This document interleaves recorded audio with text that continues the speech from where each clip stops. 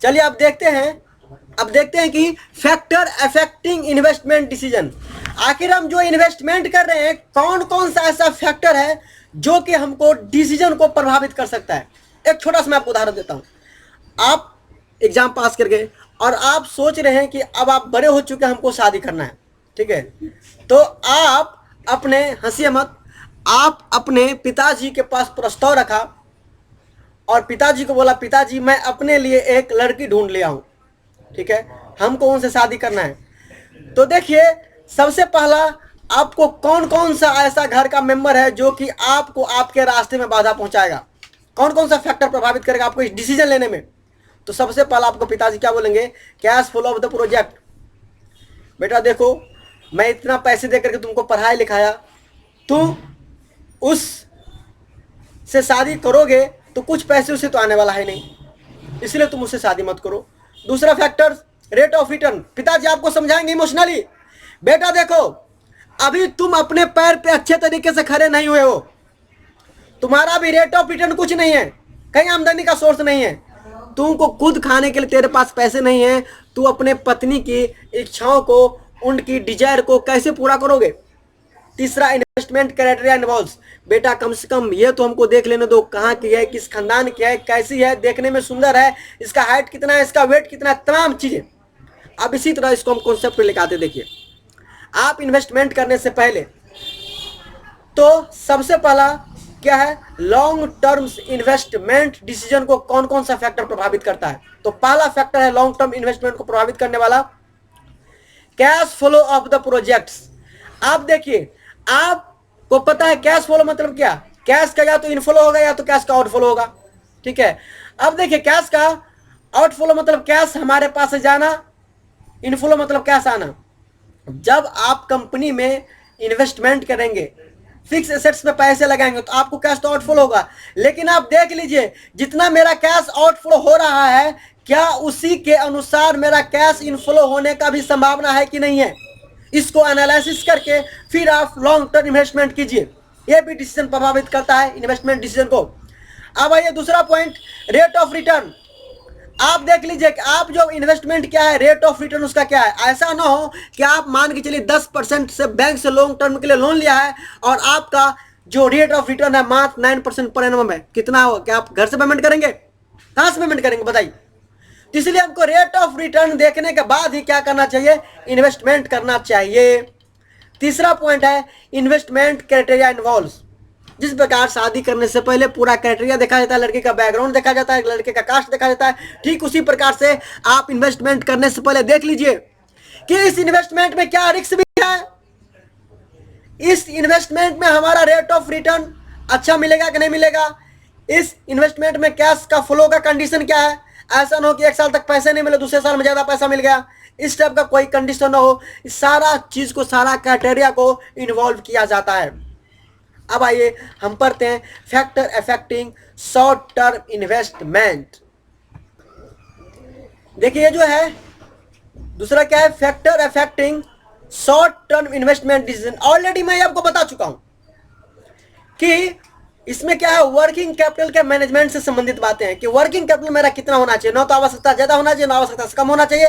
हमारा working capital पर्याप्त मात्रा में होना चाहिए। हमारा वर्किंग कैपिटल आवश्यकता से ज्यादा होगा तो क्या होगा, हमारे पास लिक्विडिटी तो होगा लेकिन प्रॉफिटेबिलिटी नहीं होगा, तरलता तो होगा लेकिन लाभदायकता नहीं होगा। यदि आवश्यकता से कम है तो हमारे पास क्या होगा, लाभदायकता तो होगा, प्रॉफिटेबिलिटी तो होगा, लेकिन हमारे पास लिक्विडिटी नहीं होगा। इसलिए हमारा क्या होना चाहिए, वर्किंग कैपिटल पर्याप्त मात्रा में सफिशिएंट होना चाहिए। अब आगे आइए हम पढ़ते हैं फाइनेंशियल डिसीजन। चलिए अब आइए दूसरा पॉइंट है फाइनेंसिंग डिसीजन, ठीक है। देखिए मैं फिर से आपको एक बार याद दिला देता हूं, हम अभी पढ़ क्या रहे हैं, हम अभी पढ़ रहे हैं कि जो एक ऑब्जेक्टिव होता है ऑर्गेनाइजेशंस का, मेन ऑब्जेक्टिव क्या होता है फाइनेंशियल मैनेजमेंट का, कि हमारा वेल्थ मैक्सिमाइजेशन हो। वेल्थ मैक्सिमाइजेशन कब होगा, जब मार्केट का शेयर प्राइस बढ़ेगा। क्योंकि शेयर होल्डर्स का आपका संपत्ति क्या होता है, शेयर ही होता है। शेयर प्राइस बढ़ेगा, इसका मतलब उसका वेल्थ मैक्सिमाइजेशन हुआ। और शेयर प्राइस कब बढ़ेगा, जब एक फाइनेंशियल मैनेजमेंट हम सही से करेंगे। और फाइनेंशियल्स को मैनेजमेंट करते समय में फाइनेंशियल्स मैनेजर 3 मेन डिसीजन लेता है, investment decision, financing decision, dividend decision. मैंने इन्वेस्टमेंट डिसीजन आपको बता दिया, अब मैं उसको बता रहा हूँ फाइनेंसिंग डिसीजन। किस प्रकार को फाइनेंसिंग डिसीजन लेता है जिससे कि कंपनी का मार्केट शेयर प्राइस बढ़ता है। अब देखिए फाइनेंस डिसीजन में क्या है। देखिए फाइनेंसिंग डिसीजन का मतलब होता है आप जो फाइनेंस इकट्ठा कर रहे हैं, जो आप फाइनेंस ला रहे हैं, वो देखिए लॉन्ग टर्म फाइनेंस जो हम कहाँ कहाँ से प्राप्त कर सकते हैं। फाइनेंसिंग डिसीजन का मतलब यहाँ पर वित्त व्यवस्था करना, मतलब क्या, फाइनेंस का अरेंजमेंट करना लॉन्ग टर्म से। कितना हमारे पास ऑप्शन है, हम सिक्योरिटी शेयर कैपिटल से हो सकता है, प्रेफरेंस शेयर हो सकता है, लोन हो सकता है, हमारा रिटर्न प्रॉफिट हो सकता है। ठीक है, तो इसमें हम देखते हैं कि जितना भी सोर्स है उसमें से सबसे बेनिफिशियल मेरे लिए क्या होगा। ठीक है, जैसे कि डेब्ट कैपिटल। तो डेब्ट कैपिटल क्या होता है, ये डेब्ट कैपिटल मतलब होता है लॉन्ग टर्म्स लोन्स और डिवेंचर, इसको बोलते हैं डेब्ट कैपिटल। देखिए डेब्ट कैपिटल हमारा सस्ता पूंजी तो होता है, कैपिटल होता है, लेकिन इसमें एक रिस्क भी है। क्या है रिस्क, कि हमको उसको किसी भी हाल में इंटरेस्ट तो पेमेंट करना ही पड़ेगा।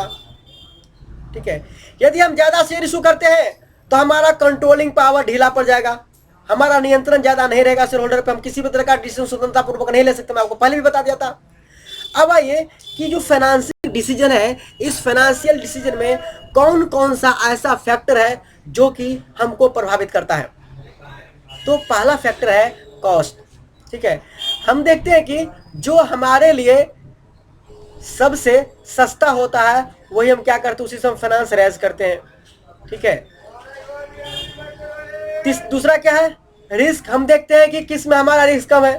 देखिए डिवेंचर होल्डर में क्या है, रिस्क मेरा ज्यादा है, शेयर में हमारा कम रिस्क है। हम रिस्क फैक्टर भी हमको ध्यान में रखना पड़ता है फाइनेंशियल डिसीजन लेते समय में।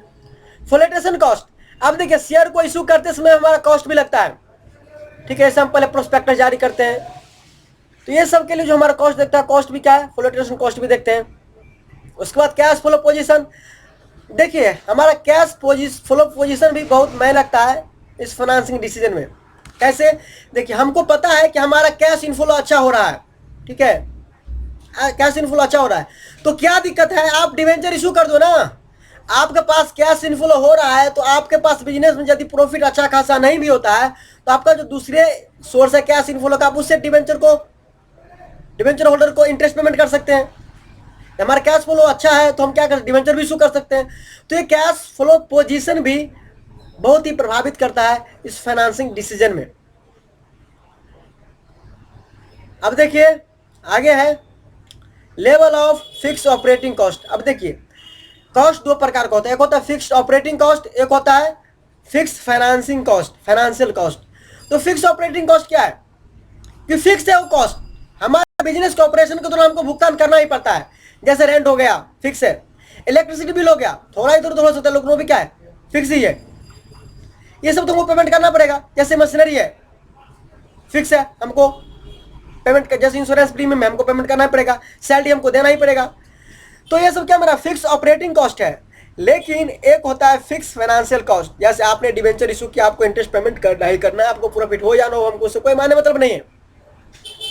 ठीक है, तो देखिए आपने बैंक से लोन लिया है, आपको इंटरेस्ट पेमेंट करना ही पड़ेगा, आपको प्रॉफिट हो या ना हो, यह है fix financial cost. Fix operating cost, salary payment करना है, मकान मालिक को रेंट देना है, फैक्ट्री का किराया पेमेंट करना है, ये क्या फिक्स ऑपरेटिंग कॉस्ट है। आपको प्रॉफिट हो या ना हो इससे कोई माने मतलब नहीं, आपको रेंट तो देना ही पड़ेगा, सैलरी तो पेमेंट करना ही पड़ेगा।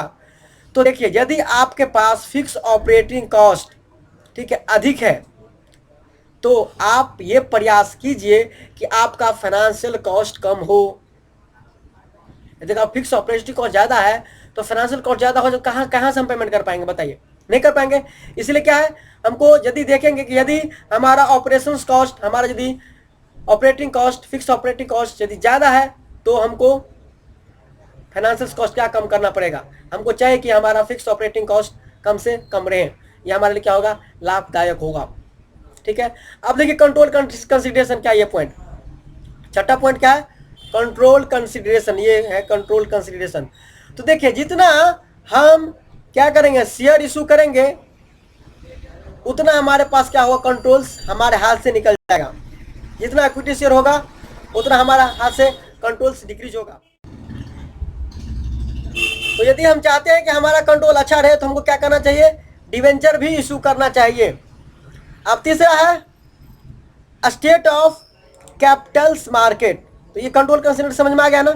सीधी सी बात है कि जितना शेयर होगा, शेयर होल्डर होगा, जितना हम इक्विटी शेयर इशू करेंगे हमारा कंट्रोल उतना चला जाएगा।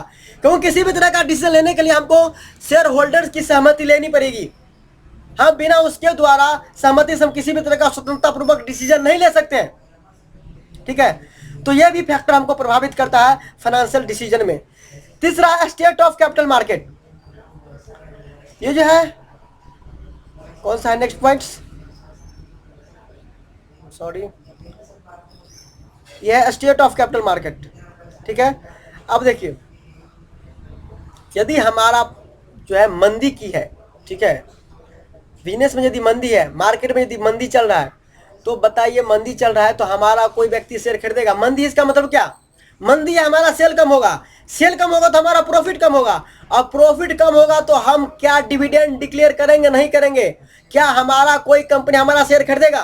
क्योंकि कोई भी कंपनी शेयर इसी सोच के खरीदता है कि कंपनी का प्रॉफिट कितना है, लास्ट ईयर से कंपनी कितना प्रॉफिट कमा रहा है, ये सब देख करके वो क्या करता है, कंपनी का शेयर खरीदता है। यदि मंदी का समय है तो मार्केट में कोई शेयर खरीदेगा नहीं खरीदेगा। तो क्या हमको डिवेंचर इशू करना चाहिए कि नहीं करना चाहिए? हमको कैपिटल की जरूरत है तो ऑब्वियसली हमको डिवेंचर इशू करना चाहिए, क्योंकि डिवेंचर इशू करेंगे, डिवेंचर्स होल्डर तो प्रॉफिट्स उसको कोई लेना देना ही नहीं, क्योंकि उसको इंटरेस्ट मिलेगा। तो क्या होगा, यह भी स्टेट ऑफ कैपिटल मार्केट का पोजीशन भी डिपेंड करता है, फैक्टर प्रभावित करता है कि हमको किस तरह का फाइनेंशियल डिसीजंस हमको देखना है कि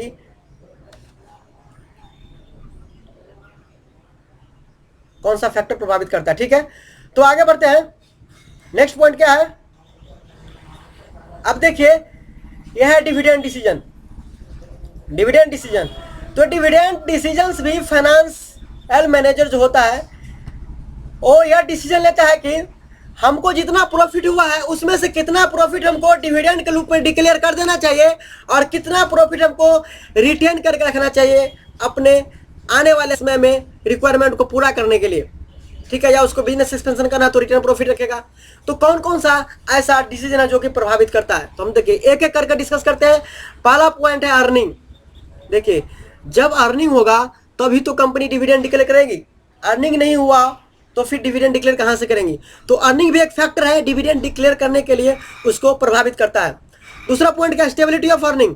देखिए यदि उसको लग रहा है कि कंपनी का इनकम स्थिर है सॉरी, पिछले साल भी उसको 2 लाख का प्रॉफिट हुआ था, इस साल भी 2 लाख का प्रॉफिट हुआ है। ठीक है, इसका मतलब है कि इसका स्थिर चल रहा है, कितने पिछले 3-4 सालों से देख रहे हैं, इसका मतलब इस बार भी क्या होगा, अधिक लाभांश घोषित करने की स्थिति में हो सकता है। ठीक है, यदि उसका अर्निंग पिछले साल ठीक नहीं था, इस साल भी अर्निंग अच्छा नहीं है, इसका मतलब क्या है, इस बार भी डिविडेंड डिक्लेयर नहीं करेगा। तो कहीं ना कहीं इनकम की स्टेबिलिटी भी प्रभावित करता है उसको डिविडेंड्स डिक्लेयर करने में, डिविडेंड डिसीजन में। ठीक है, अब देखिए यदि इनकम उसका स्थिर, उसको पता था या 5 सालों से 5-5 लाख रुपए प्रॉफिट आ रहा है, यदि फाइनेंस मैनेजर रात को सोया भी है ना, कोई नींद में भी उसको फोन करेगा, बोल देगा डिक्लेयर कर दो जितना पिछले साल डिक्लेयर किया था, जितना पिछला साल डिक्लेयर किया था उतना इस साल भी डिक्लेयर कर दो, कोई इशू नहीं है। अब आइए तीसरा पॉइंट, स्टेबिलिटी ऑफ डिविडेंड। अब देखिए प्रत्येक कंपनी को डिविडेंड्स डिक्लेयर करने का एक पॉलिसी होता है। ठीक है, तो कंपनी उस पॉलिसी के अनुसार डिविडेंड डिक्लेयर करते हैं। उदाहरण के लिए किसी कंपनी का पॉलिसी है कि हमको इतना से लेकर इतना तक इनकम रहा तो हम इतना % डिविडेंड डिक्लेयर करेंगे। तो थोड़ा सा यदि इनकम का हेर फेर होता है, थोड़ा बढ़ता है इनकम घटता है, तो कोई फर्क नहीं पड़ता, जितना % उसका पॉलिसी बनाया है डिविडेंड डिक्लेयर करने का उतना % वो डिविडेंड डिक्लेयर करेगा। सो क्या बोलते हैं, स्टेबिलिटी ऑफ डिविडेंड। ठीक है, यानी कि डिविडेंड स्थिर रहता है, बिल्कुल फिक्स रहता है, इतना % तो डिविडेंड डिक्लेयर करना ही करना है कम से कम। ठीक है, अब ये ग्रोथ अपॉर्चुनिटी, चौथा पॉइंट। अब देखिए यदि कंपनी के पास ग्रोथ करने का अपॉर्चुनिटी है तो डिविडेंड कम डिक्लेयर करेगा। उदाहरण के लिए मान लीजिए कोई कंपनी दिल्ली में आई है, उसको पता चला दिल्ली में बिजली पानी माफ सब कुछ माफ है, ठीक है। अब क्या करेगा, वो बोलेगा भाई साहब ऐसा करो, पता नहीं आने वाले समय में ये माफ हो कि न हो, ठीक है। ऐसा करते इस बार हम डिविडेंड कम डिक्लेयर करते हैं, रिजर्व ग्रुप में प्रॉफिट रख लेते हैं और इसी प्रॉफिट को हम क्या करेंगे, एक नया प्लांट लगाएंगे, एक नया ब्रांच खोलेंगे, ठीक है। तो ग्रोथ अपॉर्चुनिटी भी इस फैक्टर, ये भी एक ऐसा फैक्टर है जो कि प्रभावित करता है डिविडेंड डिसीजन को, ठीक है, लाभांश निर्णय को। अब आइए cash flow of the position, इसको समझते हैं। अब देखिए यह कैश फ्लो पोजीशन, देखिए कंपनी का हो सकता है कि इनकम उसका अच्छा खासा हो, उसका हो सकता है कि सेल ज्यादा हो, लेकिन चूंकि डिविडेंड डिक्लेयर किया जाता है, उसके पास कैश रहता है तो उसका कैश पोजीशन कैसा है यह भी फैक्टर निर्भर करता है उसको डिविडेंड डिक्लेयर करने को। उदाहरण के लिए मैंने क्रेडिट सेल यदि किया हूं, ठीक है, तो अब बताइए मेरा नेट प्रॉफिट तो दिख रहा है, लेकिन मैं क्रेडिट सेल किया हूं, सेल मेरा बढ़ गया, नेट प्रॉफिट हमको दिख रहा है इतना खासा है, लेकिन हमारा अभी डेटर से पैसा आया नहीं है।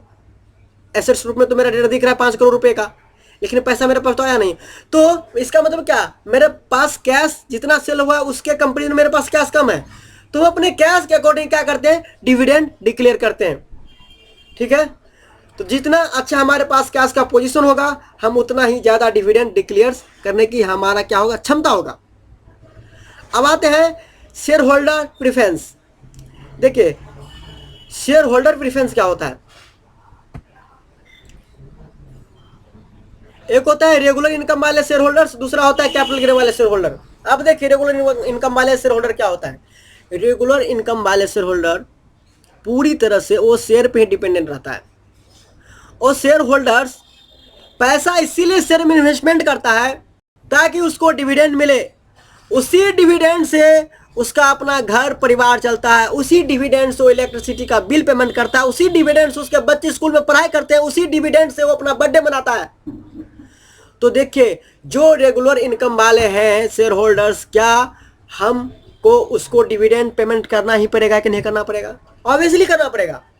तो ये भी फैक्टर एक प्रभावित करता है डिविडेंड डिक्लेयर करते समय में। दूसरा होता है कैपिटल गेन वाले, ये बोलता है भाई साहब हमको डिविडेंड डिक्लेयर करो ना करो, हमको उसको कोई मतलब नहीं, मेरे तो शेयर का प्राइस बढ़ना चाहिए, हमारा वेल्थ मैक्सिमाइजेशन होना चाहिए, ठीक है। अब आइए तीसरा टैक्सेशन पॉलिसी, सॉरी ये क्या 7वां पॉइंट है, 7 टैक्सेशन पॉलिसी। अब देखिए पहले क्या था कि डिविडेंड पे क्या होता था कि टैक्स लगता था। अब देखिए जितना हम डिविडेंड डिक्लेयर करेंगे उतना डिविडेंड शेयर होल्डर के हाथ में क्या होगा, टैक्स होगा, टैक्स लगेगा। तो इस कारण क्या करता था कंपनी वाले, कम से कम डिविडेंड डिक्लेयर करता था ताकि कैश टैक्स कम देना पड़े। अब देखिए यहाँ पे आपका मन हो सकता है यार हम कंपनी वाले को थोड़ी जाता है, जाता तो शेयर होल्डर को टैक्स। मेरा क्या मतलब, देखिए आप लोग नहीं जानते, अभी जब भी कोई कंपनी इनकॉर्पोरेट होती है, नया कंपनी बनती है, ठीक है, तो जो नया कंपनी बनती है तो जो है नॉर्मली क्या करता है, सारा शेयर्स अपने नाम से, अपने बीवी के नाम से या अपने बच्चे के नाम से, रिलेटिव के नाम से रखता है। कुछ शेयर जो होता है बड़ी बड़ी कंपनी वही मार्केट में इशू करती है, लेकिन नॉर्मल कंपनी जो मीडियम क्लासेस के सारा शेयर उन्हीं का नाम रहता है। तो डिविडेंड डिक्लेयर करता था, इसका मतलब क्या, उसको टैक्स पेमेंट नहीं करना पड़ता था, नहीं करता था तो, और करता था तो टैक्स पेमेंट करना पड़ता था। लेकिन हालांकि आप ये हो चुका है कि अब शेयर होल्डर के हाथ में डिविडेंड मुक्त हो चुका है, तो ये पॉइंट मेरे हिसाब से रिलीवेंट है यहाँ के लिए। जैसे कि यहाँ पे लिखा हो कि आजकल अंशधारियों खातों में लाभांश आयकर मुक्त है, इस दृष्टिकोण से अंशधारी के अधिक लाभांश प्राप्त करना पसंद करेंगे, तो अब इसलिए को अधिक लाभ प्राप्त करना पसंद करेगा, ठीक है। अब चौथा पॉइंट है स्टॉक मार्केट रिएक्शन। आइए इस पॉइंट को हम समझते हैं। देखिए स्टॉक मार्केट रिएक्शन, देखिए स्टॉक मार्केट रिएक्शन भी हमको प्रभावित करता है डिविडेंड डिक्लेयर करते समय में। देखिए जितना हम डिविडेंड डिक्लेयर करते हैं उतना हमारा मार्केट में हमारा मार्केट शेयर प्राइस क्या होता है, बढ़ता है। जितना हम डिविडेंड कम डिक्लेयर करते हैं उतना मार्केट शेयर प्राइस हमारा क्या होता है, कम होता है। तो हमारा मार्केट का पोजीशन बनाए रखने के लिए भी हमारे ऊपर निर्भर करता है कि हम मार्केट का शेयर प्राइस बढ़ाना चाहते हैं कि नहीं बढ़ाना चाहते हैं। तो स्टॉक मार्केट रिएक्शंस भी मायने रखता है, ठीक है। हम चाहते हैं कि हमारा मार्केट शेयर प्राइस बढ़े, तो वो क्या करना पड़ेगा, ज्यादा से ज्यादा डिविडेंड डिक्लेयर करना पड़ेगा, ठीक है। अब आइए 9th point, access to capital market.